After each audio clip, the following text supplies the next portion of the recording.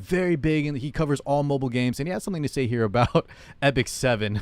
So let's listen real fast. And my favorite mobile game new release of 2023 is Outer Plane. Yes, bootleg Epic 7, aka Epic 7 but with better characters. Yeah, I said it, but that could be argued. Epic 7 with just better voice acting. I ain't taking that argument. Outer Plane is the truth. What's going on, y'all, and welcome back to another Epic 7 video. This one's going to be a little bit different. It's going to be a few PSAs that I want you guys to be aware of, a few public service announcements that I think are very important, and then a question for you guys in general, at least for the current state of Epic 7. Now, the first thing here, you guys can notice, I haven't built Nakwhol just yet. She's just holding gear. Don't worry about that. And then speaking of holding gear, I do this just to clear up my inventory for when I do some crazy hunt farming, like a lot of hunt farming. I want to have as much inventory free as possible, so I don't have to micromanage stuff, and I can just continually run those hunts.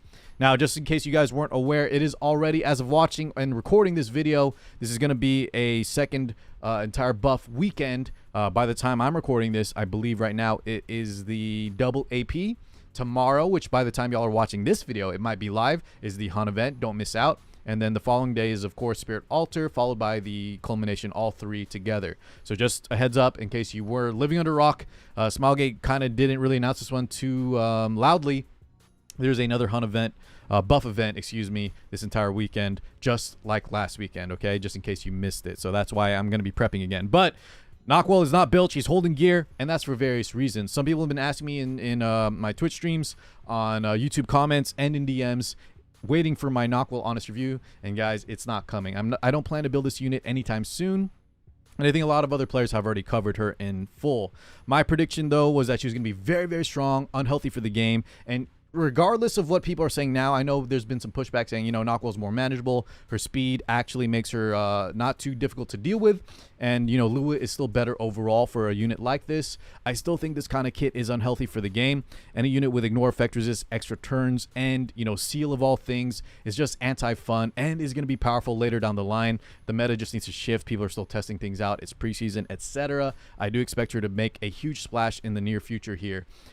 Maybe I'm wrong, but I think a unit with this much in her kit, regardless of the speed, is going to be insanely strong. So regardless, I think she's a powerful unit, which leads me to my next point, guys. I'm not going to be doing a review for her, but I want to talk about her real fast. And namely, this is what spurred this, as well as just me and my community talking about how she might be considered a pseudo-limited. Let me talk about what that means. So the first thing is here, guys.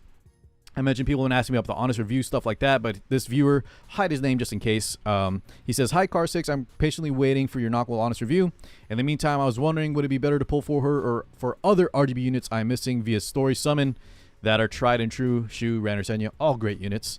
And I like that he puts tried and true. That's a term I use a lot as well. Newer units, especially, it's very hard for content creators to, or myself, or veterans, anyone really that's been playing the game, to really tell a newer player what is worth pulling or not when it's a brand new unit. There's just not enough time to test. You got to wait to see the meta shift, how players react, players innovate and create sort of builds and things like that. And so Nakwhol, even right now, I don't think is in a spot where we can really say how good she's going to be in the current state of the game. But regardless, tried and true units like Shu, Ran, or Senya, all very good, right? In various forms, some of them going up and down in stocks. But all three of these units, as you guys can tell, are very, very strong. But because I can always get, follow-up, he says, because I can always get Nakwhol from story summon later, which is what we need to talk about right now. Plus, I have Lua built, who is a bit similar in nature. So, great question. I love it. But let's talk about the side story summon, because my viewer there is planning to get Nakwhol later and then instead get something like Senya right now.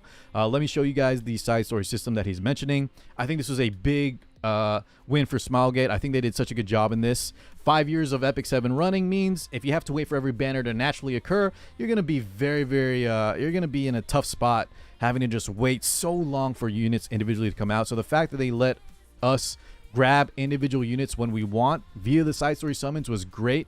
And then my viewer over there wants to get someone like Senya right here. Where's she at? Right here, which he can definitely get from the side story summon at his own leisure, right?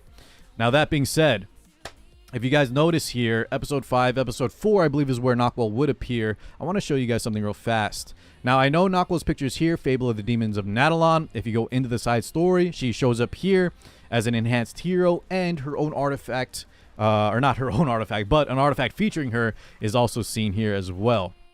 If you guys notice this artifact, though, even though Nakwhol is on here, this is not her artifact, and this has been in the game for a while now. People actually been using this on units like Bihu. This is an older rerun side story is what I'm trying to tell you guys, and this is not Nakwhol's own side story, to be clear. So that's the biggest PSA I need to tell you guys. This Fable of Demons of Natalon is not Nakwhol's side story, which if you guys look at the side story summons list, all these side stories that they show here where you pull for the unit are their own side stories. So this Demons of Natalon that we're seeing here, this is not going to pop up in the side story summon list, at least I think so, and this will not allow you to summon for Nakwhol later down the line. Now that being said, this may be an oversight on Smilegate, or they already have in the works her own side story coming later that will show up, and you will be able to pick her up via side story summons. But until then, guys, I want you to ask yourself a question. How important is Nakwhol to you? And I'll help you guys here in a little bit. But you need to be very aware that in case Smilegate, it is an oversight, and she isn't available via the side story summons. That's why I think she might be considered a pseudo limited. Yes, you can still pull her randomly via covenant summons, element summons, and things like that, because she is in the pool as a non-limited. But in case her side story summon is not available, and there's evidence right now showing that it may not be until Smilegate adds her own side story. You guys that are under the impression that you can get her, I just want y'all to be aware of that just in case, okay? Better to be safe than sorry. So, should you pull for Nakwhol if you're on the fence right now? Ask yourself two very important questions and try to cover up her, don't look at her while you ask yourself these questions, because she is an amazing looking unit. There's been so much fan art. I think China even had their own first music video dedicated to a specific character. So she's obviously a great unit, great looking character, great animations. Smilegate is definitely pushing her. Lots of fan art popping up from the community. But ignoring her looks, those of you that don't really care for Hero Collection, don't care about her looks, if you are not a PvP player or don't take PvP too seriously, I think you can skip her. And the worst case scenario is you'll have to wait for her banner to come out in 1 year or so. The best case scenario is her side stories added a little bit later down the line. You can pick her up via the side story summons and then just get her then, if you want a different unit right now, like Shu Ran or Senya, like my viewer was saying. But if you do take PvP seriously, right? We just watched the WC. Just finished casting it. Great time. I do think Nakwhol is a great unit to have if you want to play very competitive, if you want to start pushing the limits to higher levels of RTA especially. I do think she's an important unit that you need to have available. And so for those reasons, if you're one of the select few that do see yourself pushing very high competitive play in real-time arena especially, you might want to pick her up right now, because waiting a whole year could be really, really bad in case you aren't able to get her. So that's the first PSA, guys. Just really consider summoning for Nakwhol if you haven't already, because if you plan to pick her up from side story summons later, there's a chance, I don't know how big of a chance, that she may not be available via side story summon. Now, second quick question I have for this video, guys, if you don't mind, please leave in the comments below what you think about what I'm going to ask you here. But I've been watching on, a lot of people have been sending me some of these videos from other content creators. This first one from F2P. This is a month or two long old video, but he is covering the top 10 mobile games, and of course Epic 7 was mentioned. So before I go over this one and one other video, I want to ask you guys, right? Epic 7 or Smilegate has been having some great strides. I just mentioned we finished the WC. We have a lot of amazing, 5th year anniversary rewards. But there are some other bad stuff in Epic 7 in terms of how many limiteds they're giving to us this year. There was the whole imprint fiasco with Ocean Breeze, Luluka, and Lethe. And just a lot of players may have been getting the feel that Epic 7 is becoming less and less free-to-play friendly. That's the main thing I want to ask you guys, because it is kind of ties into the fact that I'm pressuring you guys to maybe consider pulling for Natalon Monk or Nakwhol, just in case Smilegate had an oversight. But there are a lot of limiteds to pull for, and I've been hearing new players and returning players just feel a lot of pressure on their, piggy bank of bookmarks to pull for a lot of units, where Epic 7 has really been considered a very free-to-play friendly game to me. And I think in a follow-up video I will talk about my thoughts if Epic 7 is really worth playing in 2023 from a veteran, someone that's really built a career off Epic 7. I do want to talk about that, but for now I wanted to show you guys a few of these videos that I've been watching. People have been sending to me here. Where's this first one? So this is from FG3000. I've known about this guy for a while. Very big, and he covers all mobile games. And he has something to say here about Epic 7.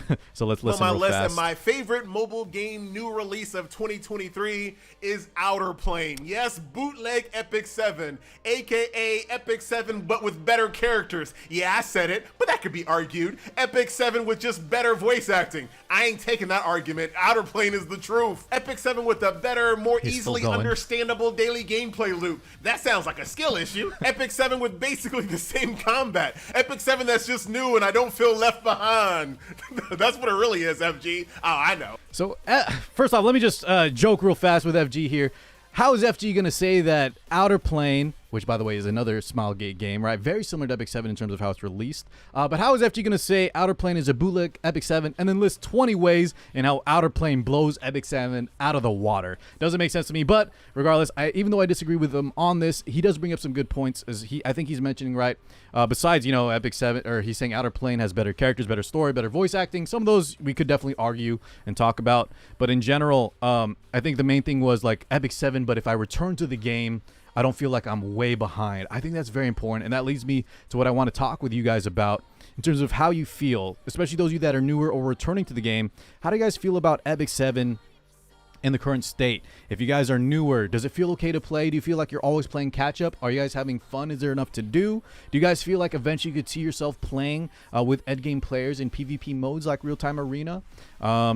Ask yourself those a few questions. If you can, please leave in the comments just any thoughts you have about this. But I want to talk about this other video as well. There's been some other content creators, YouTubers, not just FG3000, that have really, talked poorly about Epic 7. And I honestly don't really fully get a lot of the reviews. I feel like a lot of them just took a surface level glance. So I totally understand. They don't have, if they cover a lot of games, they don't have time to really get in depth. But a lot of them kind of missed the mark, I believe. But this one from AniKnight, shout out to AniKnight here. He says a gosh worth playing Epic 7 2023. He just goes over, guys, and the verdict he gives, I think, for the current state, right? This video was 4 days ago. I think he did a good job covering it.